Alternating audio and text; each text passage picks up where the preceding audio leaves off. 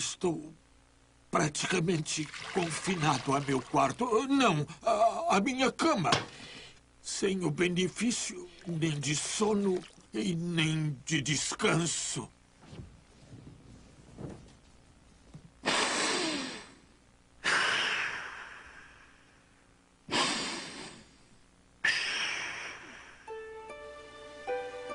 De algum modo, todas as necessidades de Galileu, suas doenças, seus interesses, eram conhecidos da sua filha por trás das paredes de seu convento. Ilustríssimo Senhor Pai, por favor, não se esqueça da grave condição em que se encontra e tenha um pouco mais de amor por si mesmo do que pelo jardim. Nesse período de quaresma, faça esse único sacrifício, pelo menos por mim. Prive-se por um tempo do prazer do jardim. Sacrifício e exaustão eram condições que a irmã Maria Celeste conhecia bem. O convento, onde Virgínia se tornou Maria Celeste, era particularmente pobre. Sendo um convento das pobres claras, era, é lógico, comprometido com a pobreza. Era seu modo de vida, um modo de vida escolhido. Então esperava-se que tivessem pouco o que comer, que passassem frio no inverno e experimentassem dificuldades todos os dias, em todos os momentos.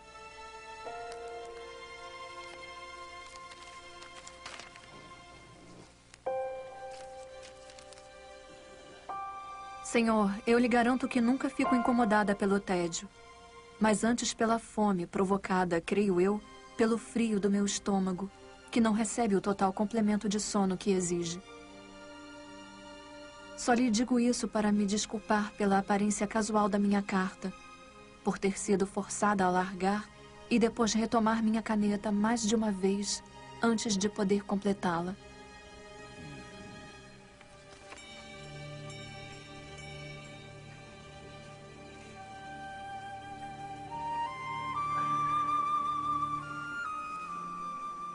Maria Celeste tem uma personalidade brilhante. Ela está em um lugar sombrio, tem pelo menos uma freira que tenta se suicidar nesse convento. E, no entanto, Maria Celeste sempre tem uma forma de ver o propósito mais elevado, o bem maior que nunca falha. Tal submissão tão encantadora para com a fé não era um caminho que Galileu seguiria. Ele jamais poderia seguir o exemplo de obediência da filha à igreja, nem mesmo sob os olhos vigilantes da Inquisição.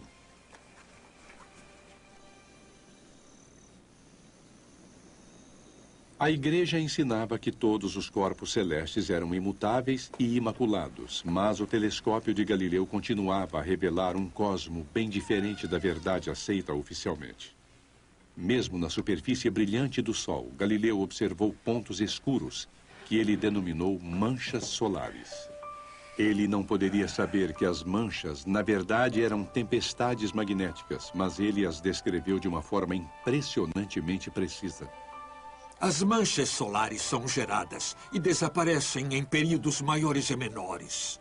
Algumas se condensam e outras se expandem muito de um dia para o outro. Elas mudam de forma e algumas são bem irregulares. Elas devem ser enormes em massa, estando sobre o Sol ou muito perto dele. Galileu entra em uma discussão com um jesuíta alemão, matemático, chamado Christoph Schneider, sobre a natureza das manchas solares. O alemão defende que as manchas são, na verdade, pequenos satélites que orbitam em torno do Sol. Enquanto que Galileu argumenta que essas manchas, na verdade, ou estão na superfície do Sol, ou muito próximas a ele, e que talvez sejam um tipo de nuvem. Se o jesuíta estivesse certo e as manchas fossem satélites independentes, então a superfície do Sol permaneceria imaculada, como exigia a doutrina. As manchas solares têm uma aparência muito irregular. E se você consegue apresentar isso visualmente, então o argumento de que são satélites do Sol se torna absurdo. E então Galileu planejou com muito cuidado a publicação de suas cartas sobre as manchas solares.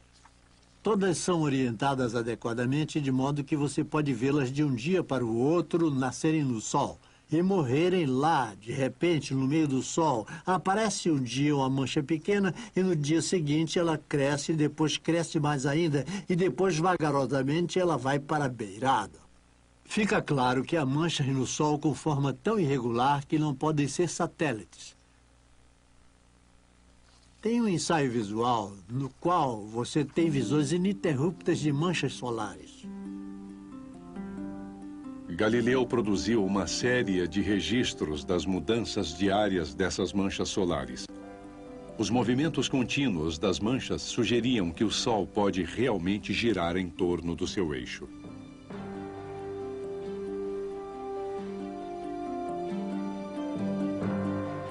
A evidência visual é aceita tanto pelos simpatizantes de Copérnico quanto pelas pessoas que ainda acreditam que a Terra é o centro do universo. Mas é a interpretação dessa evidência, e cada vez mais você vê os astrônomos conservadores então indo além dos limites, porque se você pode dizer que eles são satélites do Sol, ainda pode dizer que o Sol é perfeito. Galileu sabia que seus adversários estavam errados. Não importava se o matemático jesuíta desejava que o Sol fosse imaculado.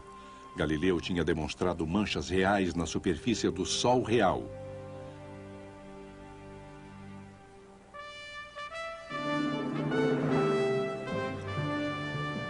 Sete anos depois de a Inquisição ter banido Copérnico, Galileu recebeu a notícia de que um novo Papa tinha subido ao trono de São Pedro. O colegiado de cardeais tinha escolhido um membro de uma família proeminente da Toscana, um homem que Galileu realmente considerava um amigo.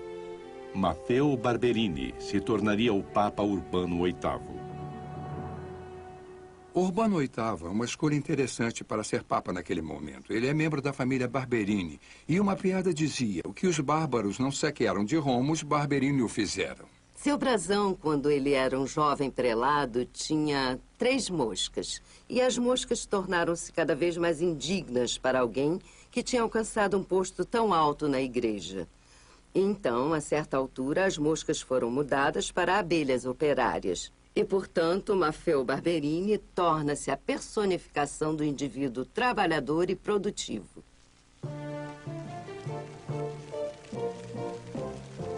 Tudo o que você vê, que é sinal da bela Roma da Renascença, começou, continuou ou se inspirou pelo que Urbano VIII fez.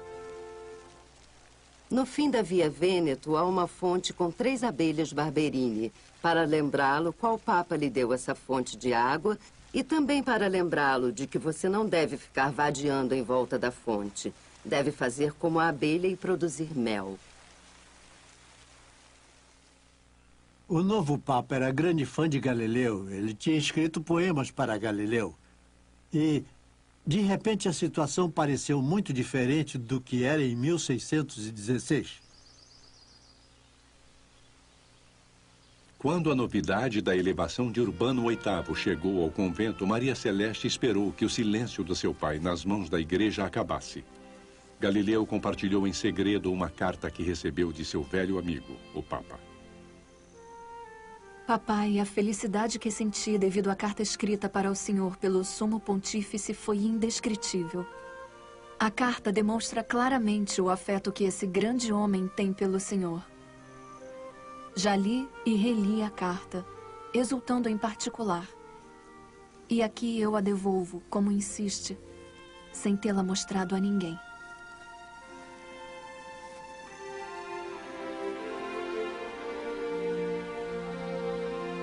Galileu fez a difícil viagem de 2 semanas para Roma, especialmente para se encontrar com o Papa Urbano VIII. Os 2 velhos amigos tiveram uma série de conversas enquanto passeavam pelos jardins do Vaticano. O Papa e Galileu caminharam pelos jardins do Vaticano conversando sobre várias coisas. E, é claro, uma das coisas sobre a qual falaram foi se Galileu podia ou não publicar a teoria de Copérnico. E o Papa disse a ele que, desde que se limitasse a falar sobre ela, hipoteticamente, não haveria problema. Então, desde que a opinião de Copérnico de que a Terra girava em torno do Sol fosse apresentada somente como hipótese, uma teoria entre tantas, Urbano VIII permitira que fosse debatida. Galileu saiu desses encontros sentindo que era chegada a hora de escrever seu grande livro sobre cosmologia, que ele prometia desde 1610. Agora, com 60 anos, ele se dedicou a seu novo livro. O Papa tinha dado licença para Galileu embarcar no que ele esperava ser seu trabalho mais importante.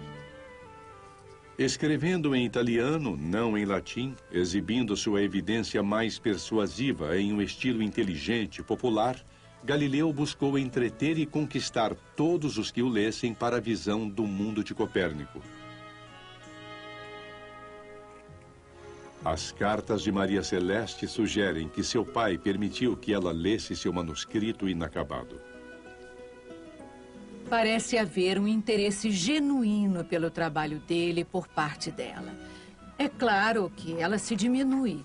Ela sempre diz: eu adoraria ver o que está escrevendo, se acha que posso compreender. E é claro que prometo não falar sobre isso com ninguém. Então eles tinham uma intimidade em relação ao trabalho.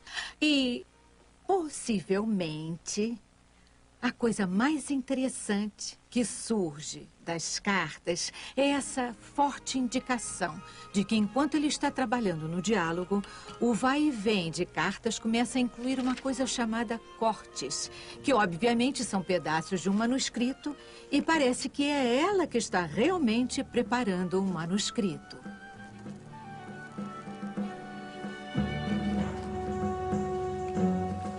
Meses escrevendo acabaram em uma doença que interrompeu seu trabalho. Depois de 5 anos, o fim estava próximo. Com a graça de Deus, estou no caminho certo.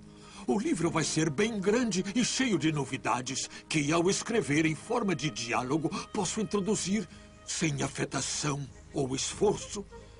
Se eu conseguir sobreviver a esse inverno, vou concluí-lo e publicá-lo imediatamente. Galileu terminou seu grande livro na véspera de Natal de 1629. Ele o chamou de Diálogo sobre os dois grandes sistemas do mundo. É uma obra-prima da retórica. Galileu explica a nova visão do mundo. É um debate sobre o mundo dos sistemas. O Sol é o centro do universo ou é a Terra o centro do universo? Ele apresenta todas as suas maravilhosas descobertas com o telescópio. E você é simplesmente levado nessa narrativa. Galileu cria 3 personagens vivazes, nobres de Veneza. O primeiro personagem, o anfitrião, promove um debate entre seus 2 convidados falantes. Um dos visitantes fala claramente por Copérnico e Galileu. Mas o outro, Simplício, o simplório, é um contraste cômico que enuncia as doutrinas da Igreja sobre ciência e filosofia. Galileu obteve a permissão de um censor amigo para publicar seu livro em Florença. Ele sabia que seria muito mais difícil de persuadir os censores de Roma. Despachou um punhado de cópias para o Vaticano, mas antes que pudesse saber do resultado, Florença foi acometida por uma terrível catástrofe. Em 1630, a peste bubônica atingiu toda a Toscana. Em questão de semanas, 6.000 florentinos estavam mortos e Galileu perdeu contato com Roma. Todas as noites, enquanto a cidade se escondia atrás de portas fechadas, carroças recolhiam os corpos. Médicos vagavam pelas ruas com máscaras recheadas de palha para protegê-los do contágio.